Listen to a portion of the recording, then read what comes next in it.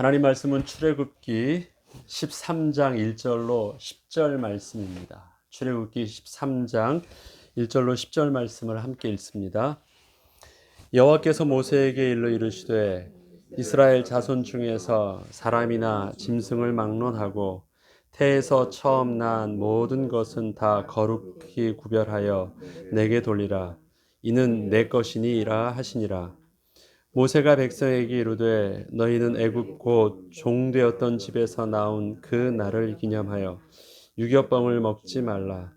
여호와께서 그 손의 권능으로 너희를 그곳에서 인도해 내셨음이니라. 아비벌 이 날에 너희가 나왔으니 여호와께서 너를 인도하여 가나안 사람과 헷 사람과 아모리 사람과 히위 사람과 여부수 사람의 땅 곧 내게 주시려고 내 조상들에게 맹세하신 바 젖과 꿀이 흐르는 땅에 이르게 하시거든. 너는 이 달에 이 예식을 지켜 이래 동안 무교병을 먹고 일곱째 날에는 여호와께 절기를 지키라. 이래 동안에는 무교병을 먹고 유교병을 내게 보이지 아니하게 하며 내 땅에서 누룩을 내게 보이지 아니하게 하라.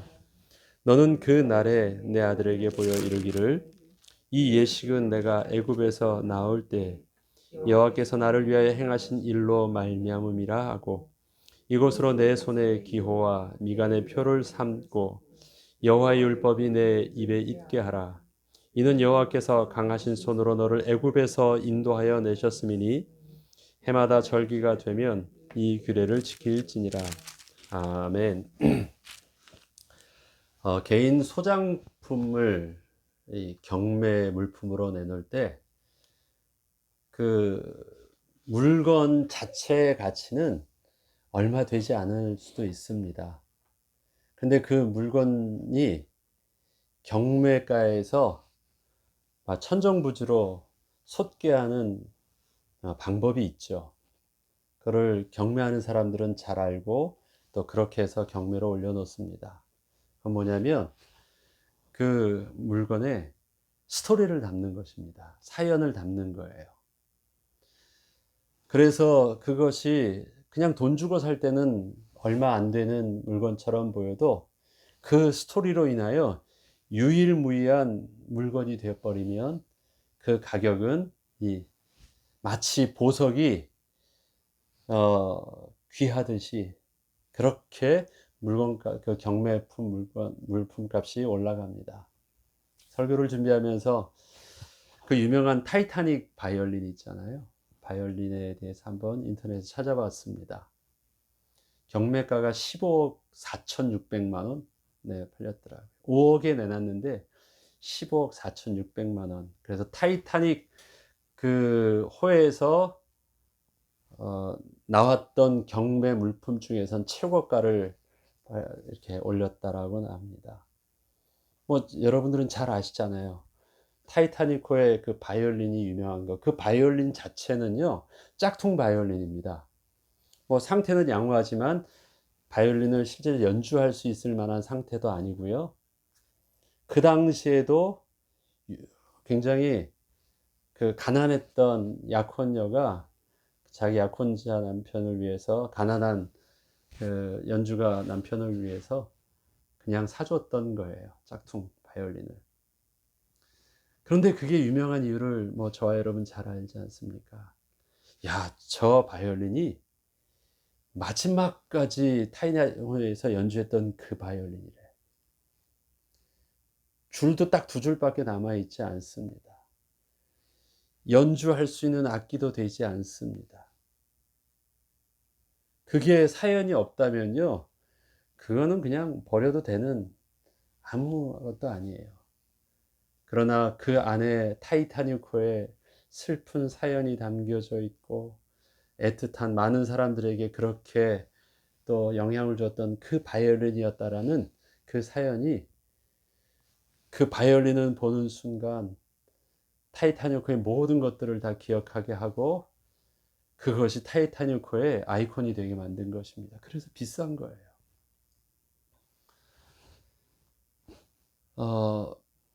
하나님께서 무교절을 기억하게 하실 때 일주일 동안 하게 하셨습니다. 무교병을요, 일주일 동안 먹게 하셨습니다. 그리고 무교병은 분명하게 그 무교병에 하나님께서는 의미를 분명히 담으셨습니다. 오늘 13장 8절에 보면요.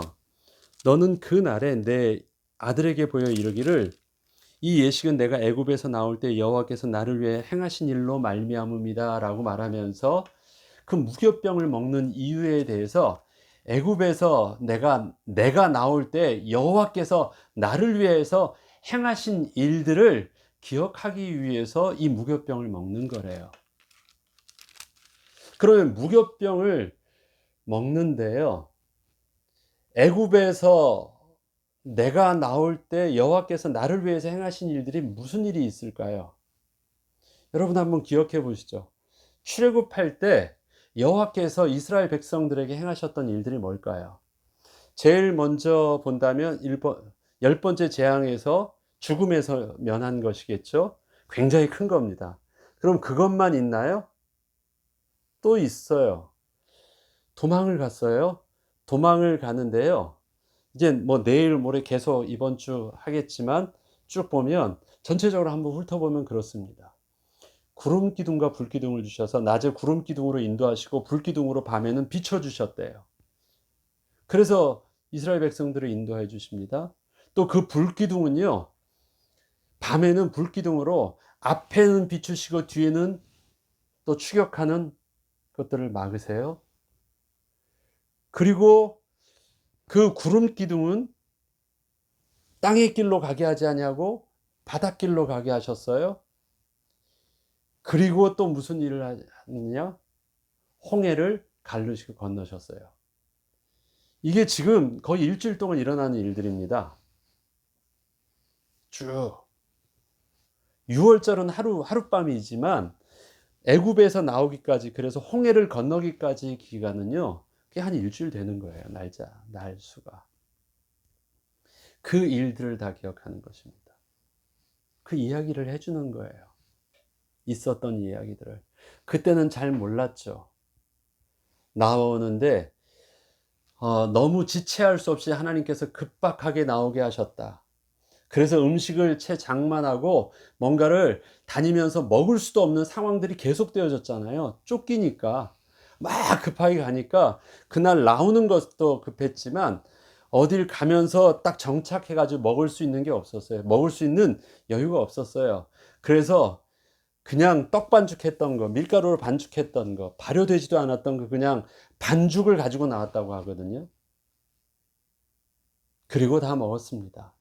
이 상황을 보니까 뭐 한국 사람이야 집에 쌀이 있으면 그 쌀이 이렇게 보존이 돼서 있지만 이스라엘 백성들에게 그 집에 쌀을 뭐 몇 달치 먹을 수 있는 식량을 그렇게 쌓아놓고 먹는 건 아니었던 것 같아요.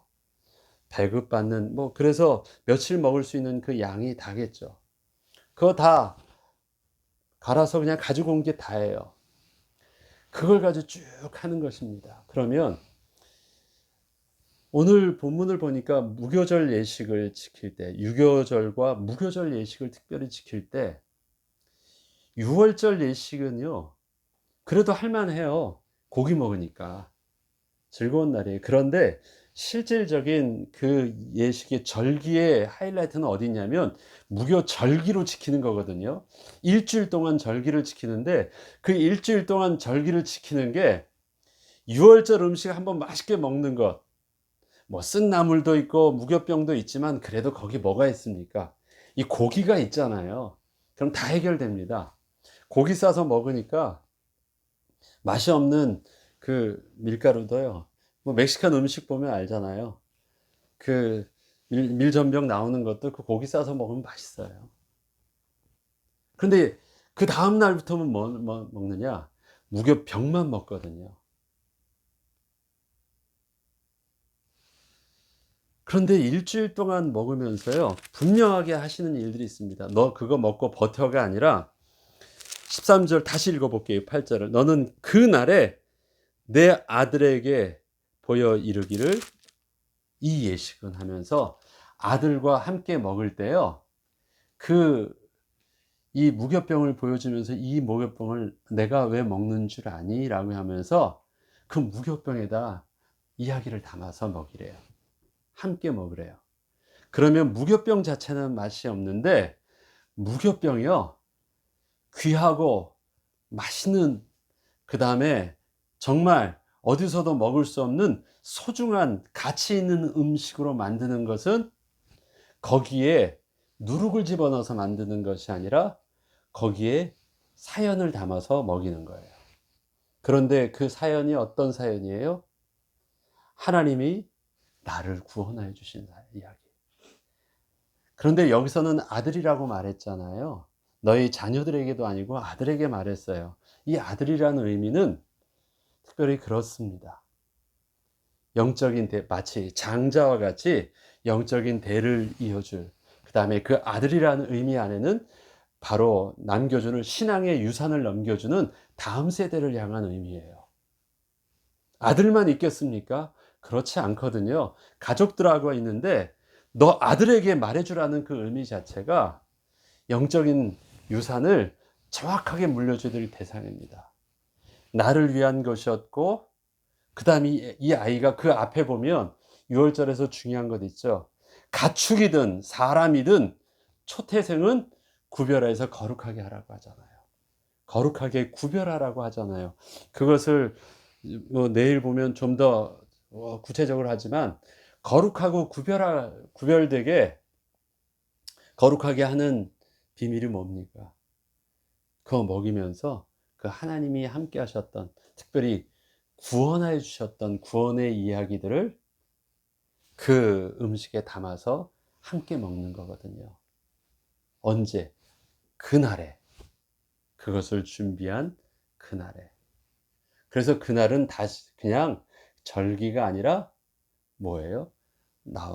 나에게 구원을 주셨던 그 감격을 감사하는 날이에요.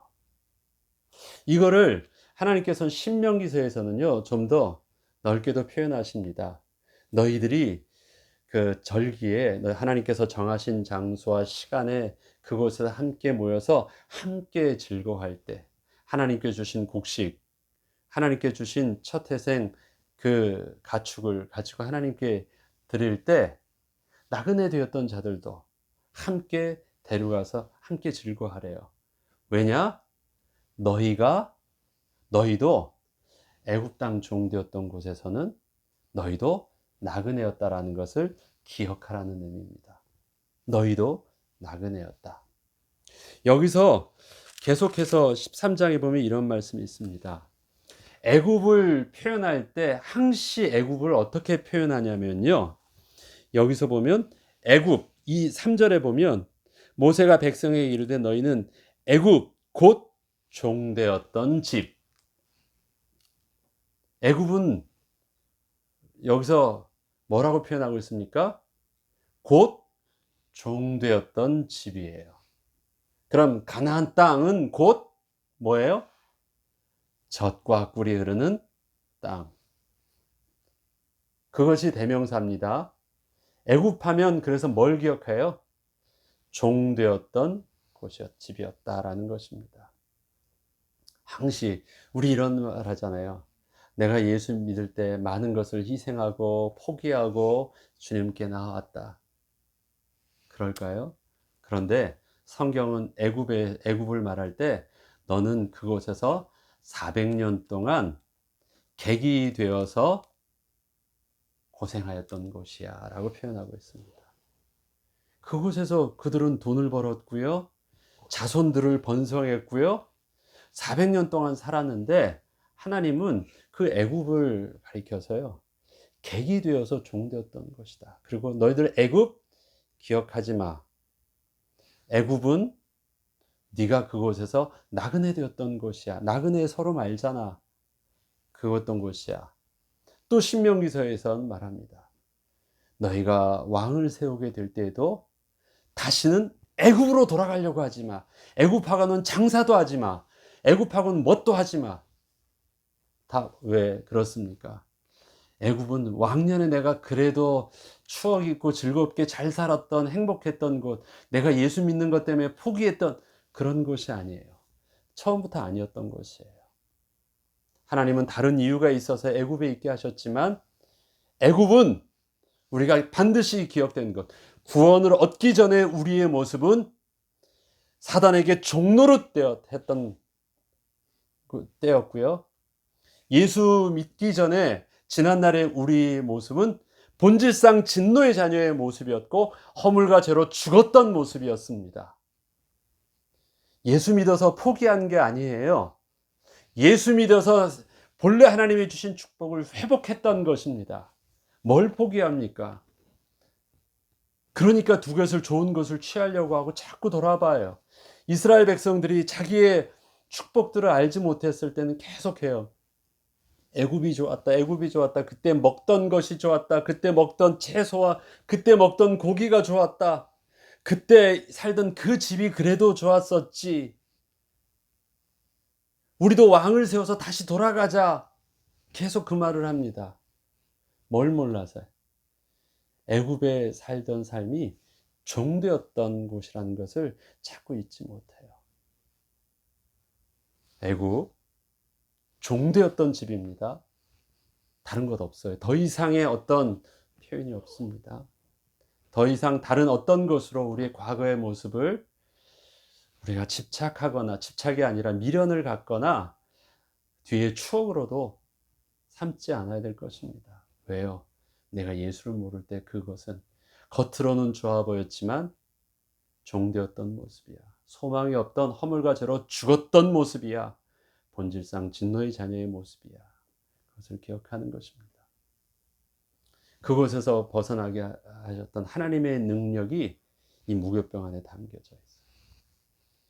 저들은 애굽에서는 먹어볼 수 없었던, 먹지도 않았던 음식처럼 보였지만 이 안에는 나를 자유인으로 만든, 이 안에는 하나님이 나를 하나님의 백성으로 이끄시기 위해서 애굽 백성을 박살내셨던 하나님의 능력의 비밀들이 이때 있어요. 그 상황이 아니었으면 먹지 않았던 음식. 근데 그 상황이 뭐예요? 나를 고생하게 했던 상황이 아니라 하나님이 멋지게 나를 구원해 주시고 다른 어떤 것도 준비할 수 없도록 급박하게 이끄셨던 하나님의 전능하심과 하나님의 단호하심과 하나님의 백성을 향한 구별되심이 바로 이 떡에 담겨 있어. 나를 위해서 행하셨던 일들이야. 그리고 너를 죽지 않게 하시기 위해서 너를 하나님이 이 땅에 있게 하시기 위해서 살려주셨던 은혜가 이곳에 담겨져 있어. 그리고 내가 맛있게 먹는 거예요. 그리고 내가 십자가를 부끄러워하지 않는 거예요.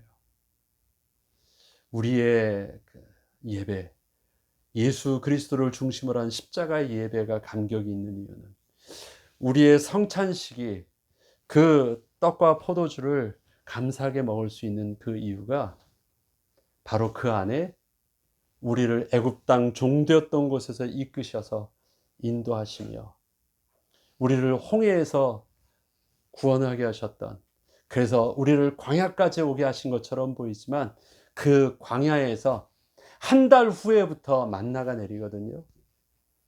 그럼 그때까지 그들이 버티면서 먹었던 모든 양식들이 다 떨어져 소진되었던 게 한 달을 버티지 못한 거예요.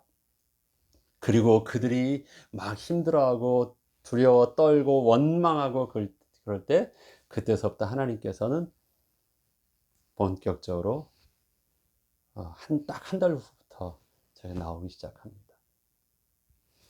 오늘 본문 말씀을 통해서 우리가 기억해야 될 것이 있습니다.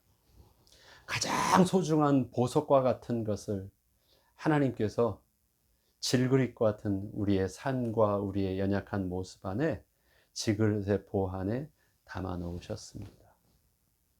무교병과 같은 그것을 어떻게 가장 값진 보석으로 우리 자녀들에게 남겨줄 수 있을까요? 근데 그것을 언제 전달해 줍니까? 그날에 전달해 줍니다. 그날에. 또 언제 어디에서요? 내가 정한 장소에서 그것을 전해주는 거예요. 우리에게 예배가 그러한 예배가 되었으면 좋겠습니다. 우리가 우리 자녀들에게 가장 소중하게 여기는 그 십자가가 우리의 신앙의 유산이 그렇게 이야기가 담겨져 있는, 특별히 어떤 이야기요? 단순한 성경의 이야기가 아니라 나의 이야기가, 나의 구원의 이야기가, 내가 하나님과 함께 했던 이야기가, 내게 베풀어 주셨던 하나님의 은혜의 이야기가 바로 너를 지금 너 되게 하셨던 하나님의 은혜였다라는 것으로 전달되어지길 소원합니다. 하나님은 이스라엘 백성들에게 쥐어준 게 무교병이에요. 그럼 저와 여러분에게 무엇을 손에 쥐어주셨습니까? 무교병과 같은 삶의 이야기들이 없습니까? 지난날 부끄러워 보였던, 지난날 실패해 보였던, 지난날 힘들었던 그때 그 삶의 모습, 그것 때문에 겪었었던 상처들과 겪었었던 많은 이야기들, 받은 복을 세어보기 시작하면 그 안에 우리에게 베푸셨던 하나님의 은혜들을 우리는 다시 한 번 더 계수할 수 있습니다. 하나님, 우리 믿음의 눈을 열어 하나님이 하신 일들을 다시 보게 하시고 그 가운데 우리 자녀들에게 정말 하나님께서 물려주라고 말씀하셨던 그 신앙의 값진 보화를, 영적인 유산을 잘 넣어줄 수 있는 은혜가 있게 하옵소서. 기도해야 되겠습니다. 5월달 우리의 기도의 제목들이 좀 더 영적이고 좀 더 구체적이고 이유 있는 기도가 회복되는 은혜 가운데 우리 가정에 주시는 복이 나를 거쳐서 또 우리 후대의 후대에 거쳐서도 주님 오시는 그날까지 계속되는 은혜가 있도록 우리 기도하고 응답받는 저와 여러분 되길 주의 이름으로 축원합니다. 주기도문으로 마치겠습니다.